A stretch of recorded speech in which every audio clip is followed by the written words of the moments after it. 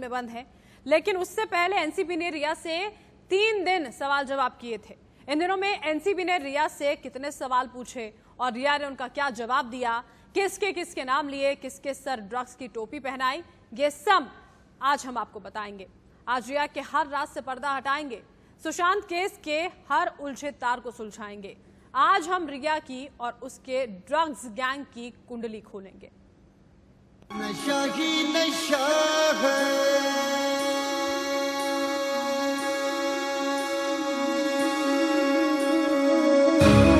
नशा ही नशा है।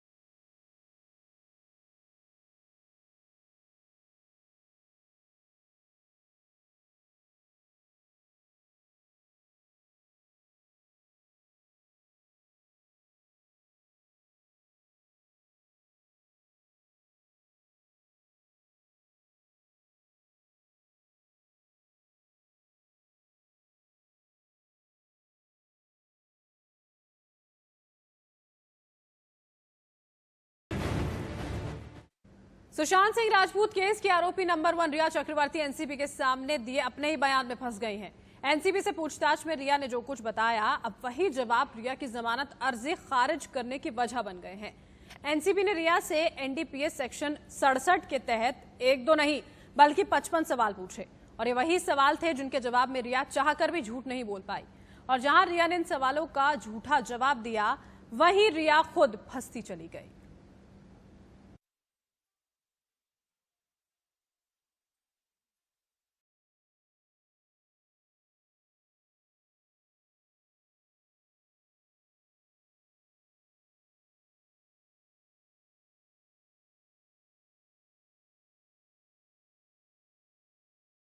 चौदह जून, वो दिन जिस दिन सुशांत की मौत हुई।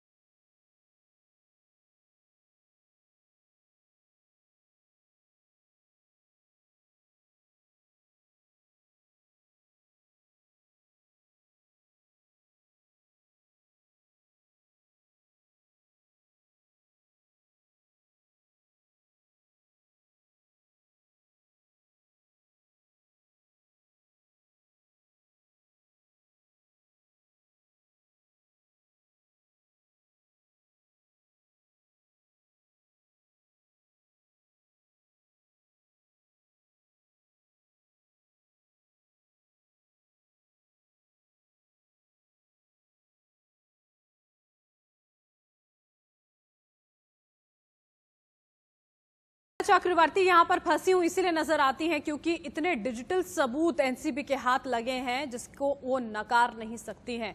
आपको जरा हम बताते हैं क्या कुछ बातचीत उन्होंने यहाँ पर की। 4 चैट्स ने रिया को डुबो दिया है। 25 नवंबर की ये चैट देखिए जिसमें जया शाह कहती कि मैं वाटर स्टोन पर सीबीडी जो कि गांजा का एक फॉर्म होता है वो भेज रही हूँ। उसके बाद 17 अप्रैल 2020 की सोशी मिरांडा से ये चैट, हाय रिया वो स्टफ खत्म हो चुका है, क्या हम शौविक के दोस्त से ले सकते हैं, ये बातचीत हो रही थी। उसके बाद रिया कहती हैं कि अभी हमारे पास हैश मौजूद है, क्यों नहीं है हमारे पास, कैसे स्टफ खत्म हो गया, हैश तो मौजूद है। 28 अप्रैल 2020 को दीपेश कहते हैं गुड मॉर्निंग, मैंने 2 बैग ऑर्डर कर दिए हैं और आज डिलीवरी हो जाएगी।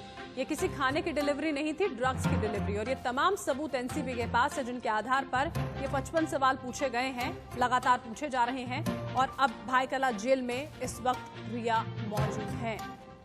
बढ़ते हैं हम आगे। सुशांत सिंह राजपूत केस में देखिए जहां रोज नए खुलासे हो रहे हैं तो वहीं इस मौत में उठे ड्रग्स मामले की गूंज अब संसद तक सुनाई दे रही है।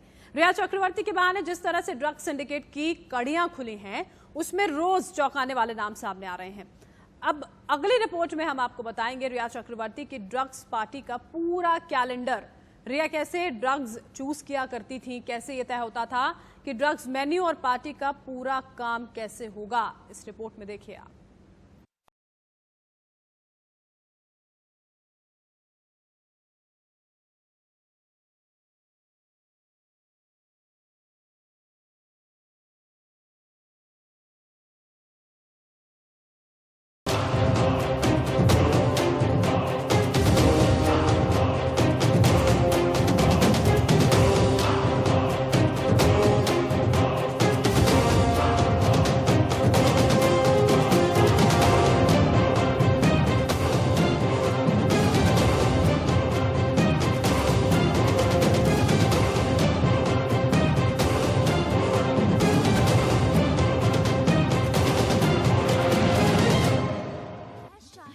डांस भले ही गाने पर कर रही हैं, लेकिन रिया का डांस और गाने की बोल उनकी फितरत से मेल खाते हैं। ना दिल्ली वालों की, है पैसे वालों की। सुशांत केस में पैसा भी फेंका गया और तमाशा भी देखा गया। पैसा सुशांत का और तमाशा रिया का। ऐसा तमाशा जो प्यार से शुरू होकर धोखा, फरेब और ड्रग्स की कहानी लिख गया।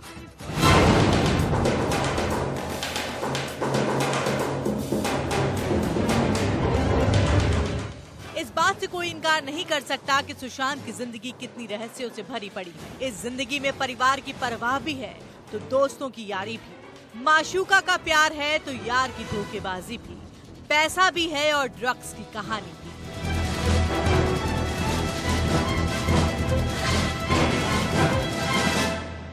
वैधानिक चेतावनी कहती है कि किसी किस्म का धूम्रपान सेहत के लिए हानिकारक है, लेकिन जिस कहानी में ड्रग्स ही ड्रग्स हो, तमाम चेतावनियां ऐसे ही धुएं के छल्ले में उड़ जाती हैं या फिर यूं कहें कि उड़ा दी जाती हैं।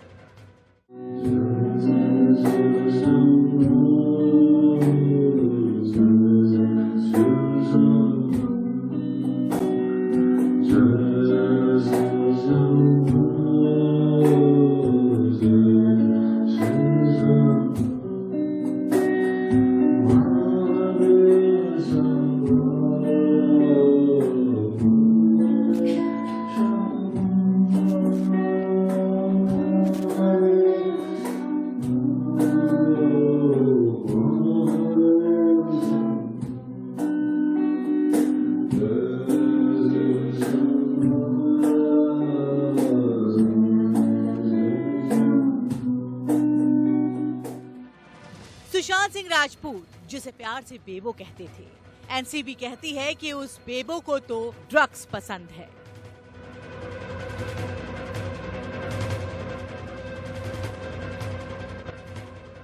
तीन महीने पहले तक किसे पता था कि बेबू यानी रिया चक्रवर्ती को ड्रग्स इतना पसंद है, जैसा कि अब इन पन्नों और चैट से पता चल रहा है। रिया और ड्रग्स का कनेक्शन तब भी था, बस सेलिब्रिटी वाले पर्देधारी में लिपटा था।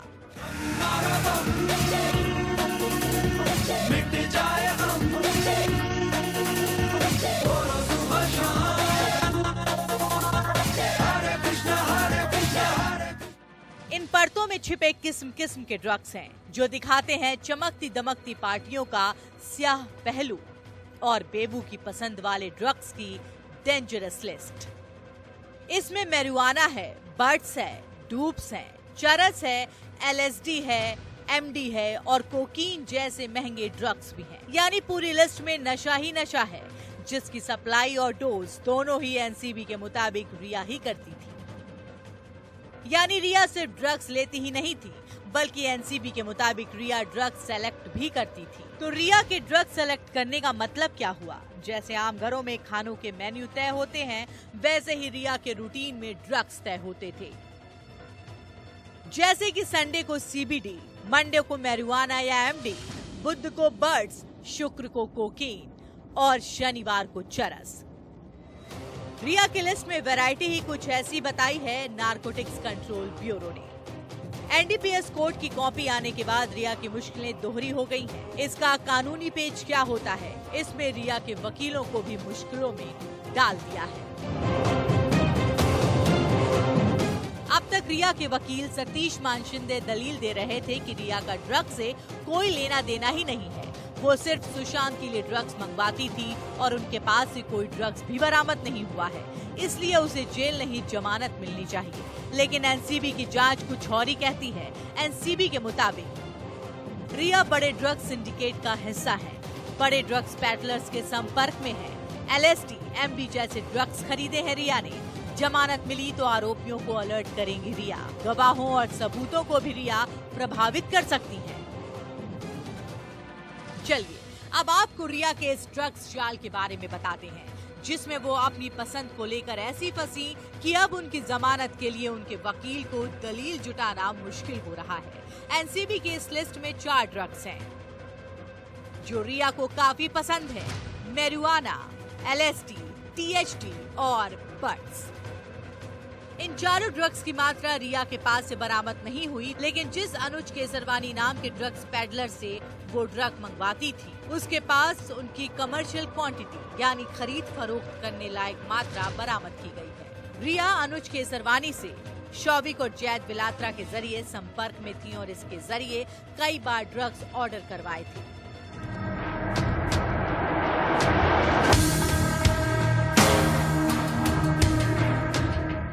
रिया की जमानत अर्जी खारिज करने वाले ऑर्डर में NDPS कोर्ट ने साफ लिखा है कि जिस तरह का ड्रग्स कनेक्शन सामने आया है, उसमें धारा 27A के मुताबिक गिरफ्तारी के लिए ड्रग्स की जब्ती जरूरी नहीं है। इसके लिए दूसरे आरोपियों की गवाही और ड्रग्स सौदेबाजी के इलेक्ट्रॉनिक एविडेंस ही काफी है।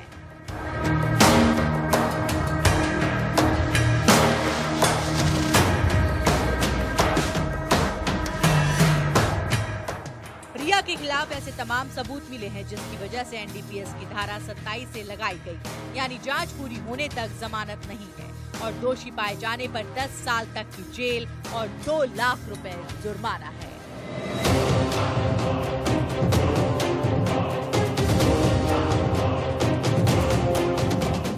इसके तहत रिया को क्यों आरोपी बनाया गया, इसके बारे में भी CBI ने कोर्ट को बताया। सितंबर 2019 में रिया ने करमजीत उर्फ केजे से बॉटल स्टोन रिजॉर्ट में ड्रग्स मंगवाया था। सैमुअल मिरांडा के जरिए नवंबर 2019 में यहीं पर ड्रग्स मंगवाया था रिया ने, और नवंबर 2019 में रिया के घर सूर्यदीप मल्होत्रा ड्रग्स पेडलर का आना जाना था। रिया को ड्रग्स देने करमजीत घर के पास स्थित एक रेस्टोरेंट में जाता था। 16 मार्च 2020 को रिया ने शौविक को कहा कि सैमुअल और दीपेश से ड्रग्स का स्टॉक चेक करें। 17 मार्च 2020 को रिया के कहने पर सैमुअल मिरांडा ने जैद बिलात्रा से बर्ड्स खरीदे। 17 मार्च को ही रिया ने दीपेश सावंत को भेजकर कैजान से हैश मंगवाया।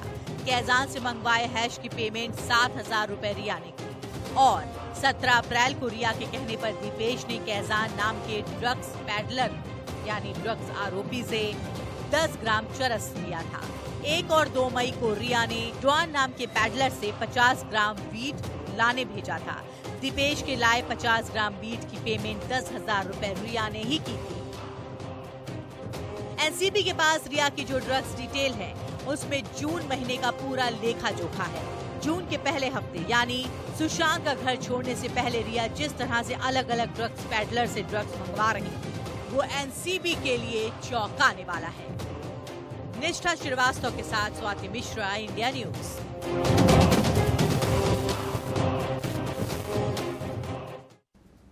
सुशांत रिया मिस्ट्री और बॉलीवुड में ड्रग्स की घुसपैठ का हर वो राज सामने आ रहा है जो अब तक पर्दे के पीछे छिपा था। बॉलीवुड के नेक्सस को डिकोड करने के लिए एनसीबी के शिकंजे में सबसे बड़ा ड्रग्स सप्लायर आ चुका है।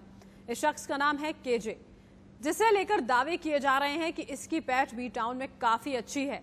लेकिन ये करमजीत उर्फ केजे है कौन और कैसे ये इतना बड़ा ड्रग पेडलर बना, इस रिपोर्ट में देखिए।